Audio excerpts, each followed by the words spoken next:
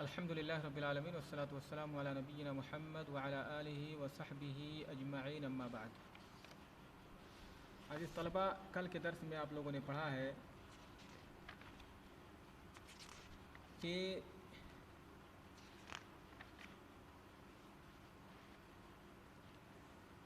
متى یصح سماع الصبی، یہ مسئلہ تھا یا ما ہوا اول زمن یصح فیہ السماع،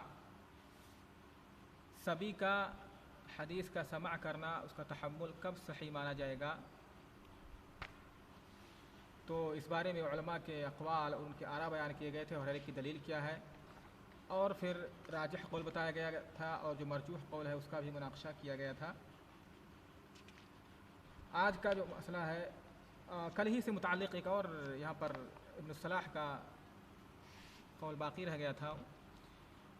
قال الشیخ ابو عمرو، یعنی ابن الصلاح رحمہ اللہ، ابن کثیر فرماتے ہیں قال الشیخ ابو عمرو وبلغنا عن ابراہیم ابن سعید الجوہری انہ قال رأیت صبیا ابن 4 سنین قد حمل الى المأمون قد قرأ القرآن ونظر في الرأي غیر انہ کان اذا جاع یبکی۔ یہ جو واقعہ یہاں پر ذکر کیا ہے ابن الصلاح رحمہ اللہ نے، اس سے یہ بتانا چاہتے ہیں کہ سن تمییز ہی معتبر ہے، یعنی صبی کے سماع میں جو معتبر کیا ہے، ضابطہ کیا ہے کہ وہ سن تمیز کو پہنچ جائے، نہ کہ کسی عمر کی تحدید کرانے سے 5 سال کی عمر کی تحدید کر دی جائے کہ 5 سال کی عمر کو اگر کوئی بچہ پہنچ گیا ہے تو اس کا سماع صحیح ضروری نہیں ہے، کیونکہ اس سے پہلے بھی بعض بچے ایسے ہوتے ہیں کہ 5 سال سے پہلے ہی سن تمیز کو پہنچ جاتے ہیں، اور بعض ہوتے ہیں جو 5 سال یا 6 سال 7 سال کے ہو جاتے ہیں تب بھی وہ سن تمیز کو نہیں پہنچتے ہیں۔ جیسے یہاں پر جو واقعات ذکر کر کے یہی بتانا چاہتے ہیں ابن الصلاح رحمہ اللہ، اسی کی طرف اشارہ کر رہے ہیں کہ ہم تک یہ بات پہنچی ہے ابراہیم بن سعید الجوہری کے طریق سے کہ انہوں نے فرمایا رأیت صبیا ابن 4 سنین، میں نے ایک بچے کو جو 4 سال کا تھا اس کو دیکھا، قد حمل الی المأمون، جسے مامون کے پاس لایا گیا، قد قرأ القرآن، جو قرآن پڑھ چکا تھا، یعنی قرآن وہ پڑھ لیتا تھا، قرآن پڑھ چکا تھا، ونظر فی الرأی، اور رائے میں بھی اس کے اپنے آراء تھے، نظر رکھتا تھا، اپنی اس کی رائے سے مراد یہاں پر فقہ میں بھی اس کی اپنی رائے تھی، وہ فقہ کو بھی سمجھتا تھا، غیر انہ کان اذا جاع یبکی، حالانکہ جب اسے بھوک لگتی تو وہ روتا تھا، یعنی اس قدر چھوٹا بچہ تھا، 4 سال کا تھا، بھوک لگتی تو رونے لگتا تھا، لیکن یہ چھوٹا سا بچہ یعنی 4 سال کی عمر میں سن تمیز کو پہنچ چکا تھا، جو قرآن، آج بھی بہت سے ایسے بچے ہوتے ہیں جو 3 سال کے سنیں گے، 3 سال کا بچہ ہے، 3.5 سال کا، 4 سال کا ہے، اسے قرآن کی بہت ساری صورتیں یاد کر چکا ہے وہ، اور بہت ساری چیزیں اسے یاد ہیں، سوال کیجئے پورا جواب دیتا اچھی طرح سے، اس طرح سے بہت سارے واقعات ہم لوگ دیکھتے رہتے ہیں۔ تو یہ تحدید کر دینا کہ 5 سال کی عمر کو جب بچہ پہنچ جائے تو اس کے لیے اس کا سماع صحیح ہوگا، اس سے پہلے نہیں صحیح ہوگا، ٹھیک ہے، یہ تحدید صحیح نہیں ہے۔ یہ واقعہ ذکر کر کے ابن الصلاح رحمہ اللہ اسی بات کی طرف اشارہ کرنا چاہتے ہیں، یا اسی کی تائید میں یہ واقعہ ذکر کیے ہیں۔ اس کے بعد جو مسئلہ ہے انواع تحمل الحدیث 8، ابن الصلاح رحمہ اللہ فرماتے ہیں کہ حدیث کے تحمل کے کل 8 انواع ہیں، یعنی 8 طریقوں سے حدیث کا تحمل کیا جاتا ہے، حدیث کو اخذ کیا، یعنی شیخ سے طالب علم احادیث کو کن کن طریقوں سے تحمل کر سکتا ہے، اخذ کر سکتا ہے، تو اس کے کل 8 انواع ہیں۔ ہاں، کیا سوال ہے اسماعیل؟ کسی نے کوئی سوال کیا ہے؟ کوئی سوال؟ اچھا، ٹھیک ہے، تو انواع تحمل الحدیث 8، کہتے ہیں کہ تحمل حدیث یعنی حدیث کو کے تحمل کا، حدیث کو شیخ سے اخذ کرنے کے کل کتنے طریقے ہیں؟ 8 طریقے ہیں۔ 8 طریقوں سے احادیث کو شیوخ سے لیا جا سکتا ہے، اس کو اخذ کیا جا سکتا ہے، ان کا تحمل کیا جا سکتا ہے۔ 8 قسمیں کیا ہیں؟ اجمالی طور پر بیان کرتا ہوں آپ لوگوں کے سامنے۔ السماع من لفظ الشیخ، السماع من لفظ الشیخ، شیخ کی زبان سے حدیث کو سن کر کے حدیث کا تحمل کرنا۔ القراءۃ علی الشیخ، شیخ پر قراءہ کر کے، مثلا طالب علم شیخ کے سامنے پڑھے اور شیخ سن رہا ہو غور سے، کہ ہاں اور غور سے سن رہا یا کوئی دوسرا طالب علم پڑھے شیخ کے سامنے اور سارے طلبہ غور سے سنیں. یہ قراءۃ علی الشیخ دوسرا طریقہ ہے یا دوسرا نوع ہے. الاجازہ، اجازہ کی ہر ایک کی تعریف کریں گے آگے انشاءاللہ. یہاں پر اجمالی طور پر بتا رہے ہیں. تو پہلا اسماع من لفظ الشیخ، القراءۃ علی الشیخ، الاجازہ، المناولہ، المکاتبہ، الاعلام، الوصیہ، الوجادہ. یہ کل 8 انواع ہیں احادیث کے یا علوم کے تحمل، خاص طور سے احادیث کے تحمل کے. سب سے پہلا طریقہ جو ہے ابن الصلاح رحمہ اللہ نے ذکر کیا ہے، سب سے پہلا طریقہ اپنی کتاب کے اندر کیا ہے؟ الاول السماع.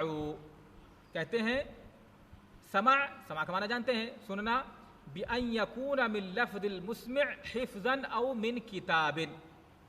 سماع من لفظ الشیخ جس کو کہتے ہیں، شیخ کے الفاظ کو سن کر کے حدیث کو اس کی زبان سے سن کر کے حدیث کا تحمل کرنا. تو یہ پہلا طریقہ جو ہے سماع ہے، یعنی سن کر کے احادیث کا تحمل کرنا شیخ کی زبانی. اس کی بھی کئی صورتیں ہیں، کئی شکلیں ہیں. اسی کو یہاں پر ابن الصلاح رحمہ اللہ بیان کر رہے ہیں. بأن يكون من لفظ المسمع حفظا او من کتاب. سماع اس طور پر ہو کہ چاہے وہ مسمع سے مراد یہاں پر سنانے والا یعنی شیخ کے الفاظ سے ہو، یعنی شیخ کے الفاظ کو سنا جائے. حفظا یعنی شیخ زبانی پڑھ رہا ہو. او من کتاب یا شیخ حدیث کو کتاب سے دیکھ کے پڑھ رہا ہو. تو دو شکل ہو گئی کہ نہیں؟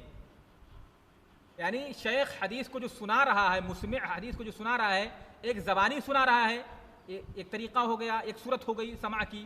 دوسری صورت ہے سماع کی کہ شیخ کتاب سے پڑھ کر کے حدیث کو سنا رہا ہو. ٹھیک ہے، یہ 2 صورتیں ہو گئیں. اور پھر ان دونوں صورتوں کی بھی ایک صورت ہے، یعنی کل 4 شکلیں بنتی ہیں. مثلا جیسے شیخ حدیث کو اپنے حافظے سے بیان کرے اور بیان کرنے کے ساتھ ساتھ املا بھی کرا رہا ہو. املا کے ساتھ یعنی املا کرانے کے ساتھ ساتھ شیخ اپنے حفظ سے حدیث کو بیان کرے. پہلی صورت. دوسری صورت شیخ املا کے ساتھ ساتھ اپنی کتاب سے حدیث کو بیان کرے. تیسری صورت بغیر املا کے، یعنی املا نہیں کرا رہا شیخ اپنے حافظے سے حفظ سے احادیث کو بیان کرے بغیر املا کے، یعنی املا نہیں کرا، طلبہ لکھ نہیں رہے ہیں بغیر املا کے. اسی طرح سے چوتھی شکل ہے کہ شیخ اپنی کتاب سے حدیث کو بغیر املا کرائے بیان کرے، یعنی طلبہ لکھ نہیں رہے ہیں بلکہ صرف سن رہے ہیں شیخ کی کتاب سے. اور دوسرا یہ ہے کہ طلبہ حدیث کو شیخ کی زبانی سن رہے ہیں اور املا نہیں کر رہے ہیں بلکہ سن رہے ہیں. ٹھیک ہے. اور اس سے پہلے والا جو ہے کہ بغیر یعنی املا کے ساتھ ساتھ طلبہ سن رہے ہیں شیخ کی کتاب سے، شیخ کتاب سے پڑھ رہا ہے. اور چوتھی شکل یہ ہے، یا جو پہلے میں نے بیان کیا ہے، کہ شیخ املا کرانے کے ساتھ ساتھ یعنی طلبہ لکھنے کے ساتھ ساتھ شیخ کی زبان سے حدیث کو سن رہے ہیں، یعنی حفظ سے حدیث کو سن رہے ہیں. تو یہ کتنی صورتیں بنی؟ 4 صورتیں.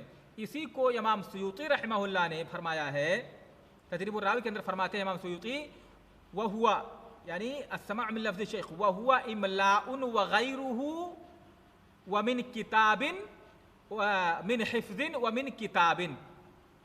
وہوا املاء وغیرہ من حفظ ومن کتاب. املا کے ساتھ سماع ہو، بغیر املا کے سماع ہو، املا کے ساتھ شیخ کے حفظ سے ہو، بغیر املا کے ہو. اس طرح سے تو کل 4 شکلیں بنتی ہیں، یعنی شیخ کی زبانی ہو یا شیخ کی کتاب سے ہو سماع، یا املا کے ساتھ ہو یا بغیر املا کے ہو. تو اسی کو کہا وہ املاء وغیرہ یعنی بغیر املا کے، من حفظ ومن کتاب. تو اس طرح سے کل کتنی صورتیں بنی؟ 4. سماع من لفظ الشیخ کی یہ 4 شکلیں ہیں، 4 صورتیں ہوئیں. اب اس کے بعد بات کرتے ہیں، یہاں پر ابن الصلاح رحمہ اللہ نے ذکر کیا ہے، قال القاضی عیاض فلا خلاف حينئذ ان يقول السامع حدثنا واخبرنا وانبأنا وسمعت وقال لنا وذكر لنا فلان. یہاں پر جو گفتگو ہو رہی ہے، یہاں پر جو بات ابن الصلاح فرما رہے ہیں، قاضی عیاض کا جو قول نقل کیا ہے وہ اس تعلق سے ہے کہ احادیث کا سماع کے ذریعہ سے جو تحمل کیا ہے، سماع کے طریق سے جو طلباء نے احادیث کا تحمل کیا ہے، اب کن الفاظ کے ذریعہ سے حدیث کی ادائیگی کریں گے؟ حدیث کو بیان کرتے وقت ان کے لیے کون کون سے ایسے صیغے ہیں جو جن کو بیان کرتے وقت استعمال کریں گے؟ یعنی مثلا شیخ کی زبانی سنا طالب علم نے، تو وہاں پر اخبرنا کہے گا حدیث بیان کرتے ہو کہ اخبرنا فلان یعنی شیخ فلان، یا حدثنا کہے گا، یا اخبرنی سمعتو کہے گا، یا قال لنا کہے گا، یا ذکر لنا فلان کہے گا؟ کون سا صیغہ استعمال کرے گا حدیث کو بیان کرتے وقت؟ جب کہ تحمل کیا ہے سماع کے طریق سے۔ واضح ہے؟ ہاں، اتنی بات واضح ہے کہ اگر طالب علم نے سماع کے طریق سے حدیث کا تحمل کیا ہے تو اب کس صیغے کے ذریعہ سے دوسروں تک حدیث کو پہنچائے گا؟ ادا کے وقت، بیان کرتے وقت کون سا صیغہ استعمال کرے گا؟ یعنی کیا اس کے لیے کہنا صحیح ہوگا حدثنا فلان، یا سمعتو فلان کہے گا، یا اخبرنا فلان کہے گا، انبأنا کہے گا، ذکر لنا فلان کہے گا، قال لنا کہے گا، کیا کہے گا؟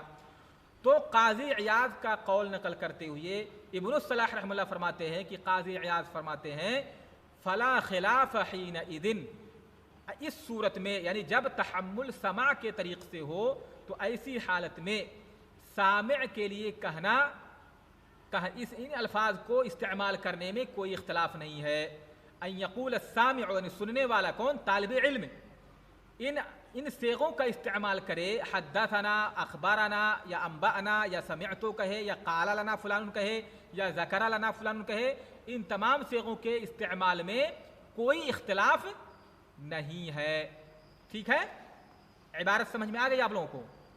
اب یہاں پر ہم تھوڑی سی اور گفتگو کریں گے، ابن الصلاح کے قول کا مناقشہ کرتے ہیں کہ ابن الصلاح نے فرمایا ہے کہ یعنی قاضی عیاض کا قول نقل کرتے ہوئے کہ اس میں کوئی اختلاف نہیں ہے۔ ٹھیک ہے؟ لیکن یہ بات یہ تھوڑی سی اس میں یہ محل نظر ہے۔ محل نظر اس طرح سے ہے کہ یہ اس وقت تک اس بات کو ہم خاص کریں گے یا اس کو خاص کیا جائے گا ان کے اس قول کو اس وقت کے ساتھ جس وقت یہ عام نہیں ہوا تھا محدثین کے یہاں کہ حدثنا کو یعنی حدثنا اور اخبرنا میں وہ فرق کرتے ہیں۔ حدثنا اور اخبرنا میں محدثین کے یہاں فرق ہے، تو جب اس کے درمیان فرق نہیں کرتے تھے شروع میں محدثین یا متقدمین کے یہاں یا بعض محدثین کے یہاں کوئی فرق نہیں ہے حدثنا، اخبرنا، انبأنا میں، سمعتو میں، تو ایسی صورت میں تو ٹھیک ہے یہاں پر بات۔ لیکن جب یہ بات عام ہو گئی اور محدثین کے یہاں یہ بات مشہور ہو گئی کہ وہ حدثنا کا اطلاق سماع من لفظ الشیخ پر کرتے ہیں اور اخبرنا کا اطلاق جب قراء علی الشیخ ہو تو اخبرنا کہتے ہیں، ٹھیک؟ یعنی یہ بات بعد میں مشہور ہے محدثین کے یہاں، فرق کرتے ہیں کہ اخبرنا قراء علی الشیخ کے لیے بولتے ہیں اگر شیخ کے سامنے کسی نے پڑھا ہے یا خود طالب علم نے پڑھا ہے اور شیخ نے خاموشی سے اس کو سنا ہے، ٹھیک ہے، تو وہاں پر حدثنا طالب علم نہیں کہے گا، سمعتو نہیں کہے گا، کیا کہتے ہیں؟ اخبرنا فلان کہتے ہیں۔ یہ فرق کرتے ہیں محدثین۔ تو جب یہ فرق کرنے لگے تو پھر یہ بات کہنا کہ اس میں کوئی اختلاف نہیں، چاہے حدثنا یا اخبرنا کہے، یہ بات اس طرح سے کہنا مطلق طور پر یہ درست نہیں ہے، ٹھیک ہے؟ بلکہ ہم ان کے اس قول کو خاص کریں گے، اس کو مخصوص مانیں گے اس وقت کے ساتھ جب کہ اس کا اطلاق دونوں کے اطلاق میں فرق نہیں کیا جاتا تھا، ٹھیک ہے؟ تاکہ بعد میں یا متأخرین کے ہاں یا ہم جیسے پڑھ رہے ہیں تو پھر یہ التباس نہ ہو، یہ وہم نہ ہو کسی کو کہ بھائی یہاں پر تو کہا گیا کہ اخبرنا، انبأنا یا حدثنا میں کوئی فرق نہیں ہے، کوئی بھی صیغہ استعمال کرے، لیکن ایسا نہیں ہے، جبکہ محدثین کے ہاں اس کے سلسلے میں فرق ہے۔